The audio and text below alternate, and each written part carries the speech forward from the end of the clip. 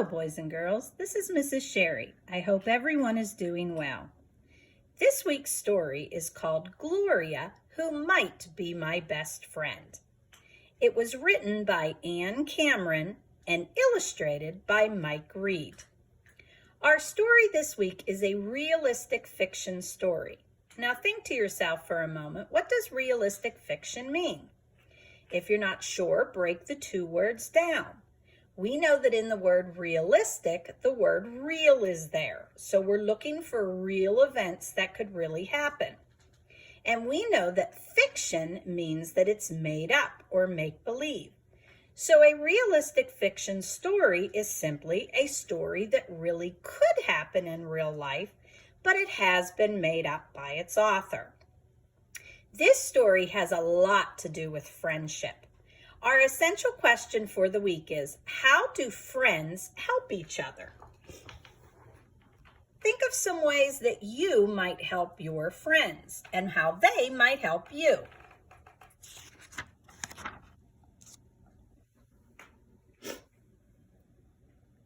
If you have a girl for a friend, people find out and tease you.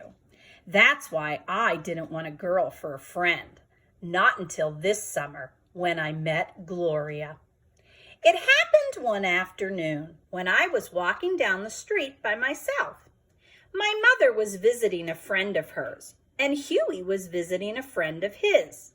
Huey's friend is 5, and so I think he is too young to play with. And there aren't any kids just my age. I was walking down the street feeling lonely. A block from our house, I saw a moving van in front of a brown house. And men were carrying in chairs and tables and bookcases and boxes full of I don't know what. I watched for a while, and suddenly I heard a voice right behind me.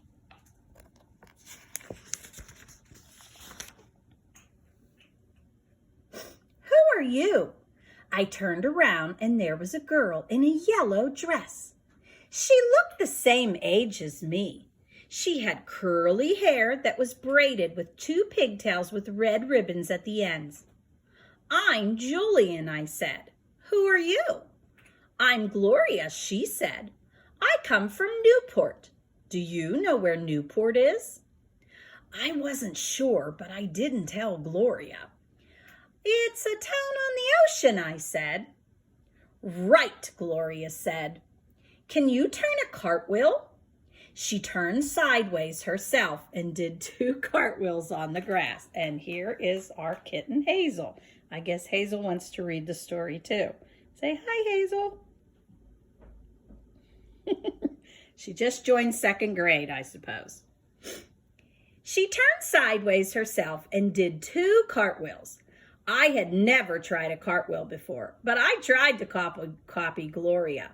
My hands went down in the grass. My feet went up in the air, and I fell over. I looked at Gloria to see if she was laughing at me. If she was laughing at me, I was going to go home and forget about her. But she just looked at me very seriously and said, "It takes practice." And then I liked her.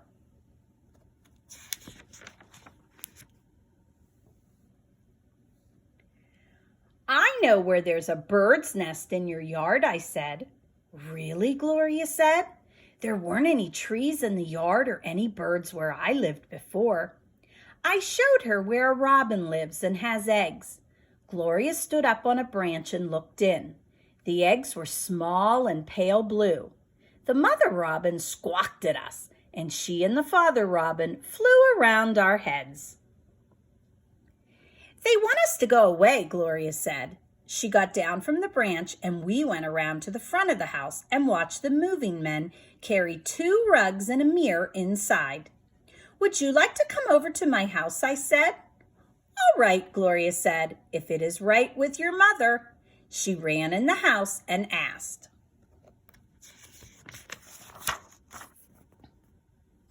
It was all right, so Gloria and I went to my house, and I showed her my room and my games and my rock collection, and then I made strawberry punch, and we sat at the kitchen table and drank it. "You have a red mustache on your mouth," Gloria said. "You have a red mustache on your mouth, too," I said. Gloria giggled, and we licked off the mustaches with our tongues. "I wish you'd lived here a long time," I told Gloria. Gloria said, "I wish I would too." "I know the best way to make wishes," Gloria said. "What's that?" I asked. "First, you make a kite. Do you know how to make one?" "Yes," I said, "I know how. I know how to make good kites because my father taught me. We made them out of 2 cross sticks and folded newspaper." "All right," Gloria said. "That's the first part of making wishes that come true. So let's make a kite." We went out into the garage and spread out sticks and newspaper and made a kite. I fastened on the kite string and went to the closet and got rags for the tail.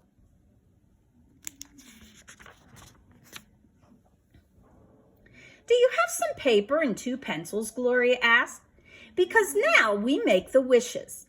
I didn't know what she was planning, but I went in the house and got pencils and paper. "All right," Gloria said. "Every wish you want to have come true, you write on a long, thin piece of paper. You don't tell me your wishes, and I don't tell you mine. If you tell, your wishes don't come true. Also, if you look at the other person's wishes, your wishes don't come true." Gloria sat down on the garage floor and started writing her stories. I wanted to see what they were, but I went to the other side of the garage and wrote my own wishes instead. I wrote, "I wish I could see the catalog cats. I wish the fig tree would be the tallest in town. I wish I'd be a great soccer player. I wish I could ride in an airplane. I wish Gloria would stay here and be my best friend." I folded my 5 wishes in my fist and went over to Gloria. "How many wishes did you make?" Gloria asked. 5, I said. "How many did you make?" 2, Gloria said. I wondered what they were. Now we put the wishes on the tail of the kite. Gloria said, "Every time we tie 1 piece of rag on the tail, we fasten a wish in the knot. You can put yours in first." I fastened mine in, and then Gloria fastened in hers, and we carried the kite into the yard. "You hold the tail," I told Gloria, "and I'll pull." We ran through the backyard with the kite, past the garden and the fig tree, and went into the open field beyond our yard. The kite started to rise. The tail jerked heavily like a long white snake. In a minute, the kite passed the roof of my house and was climbing toward the sun.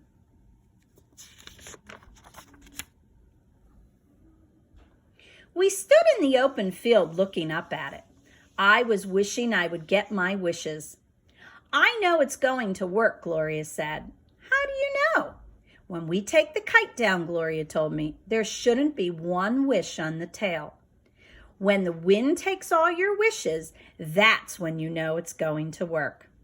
The kite stayed up for a long time. We both held the string. The kite looked like a tiny black spot in the sun, and my neck got stiff from looking at it. "Shall we pull it in?" I asked. "All right," Gloria said.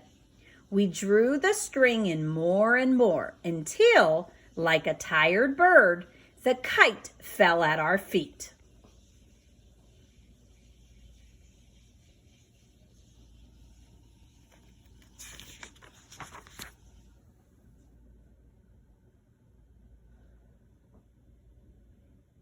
We looked at the tail.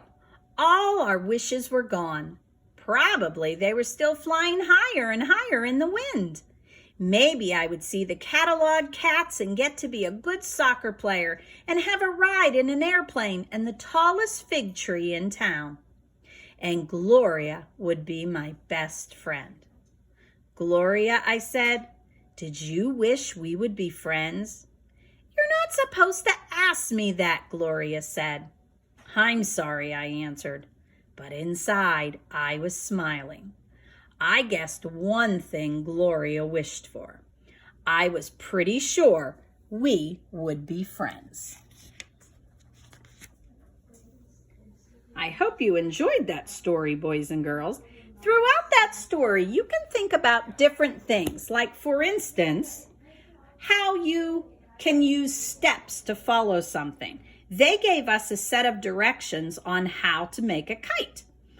If you were going to bake cookies at your house, if you don't follow the directions the correct way, are your cookies going to come out right? Probably not. I hope you enjoyed this story. I will talk to you next week where we read our next story.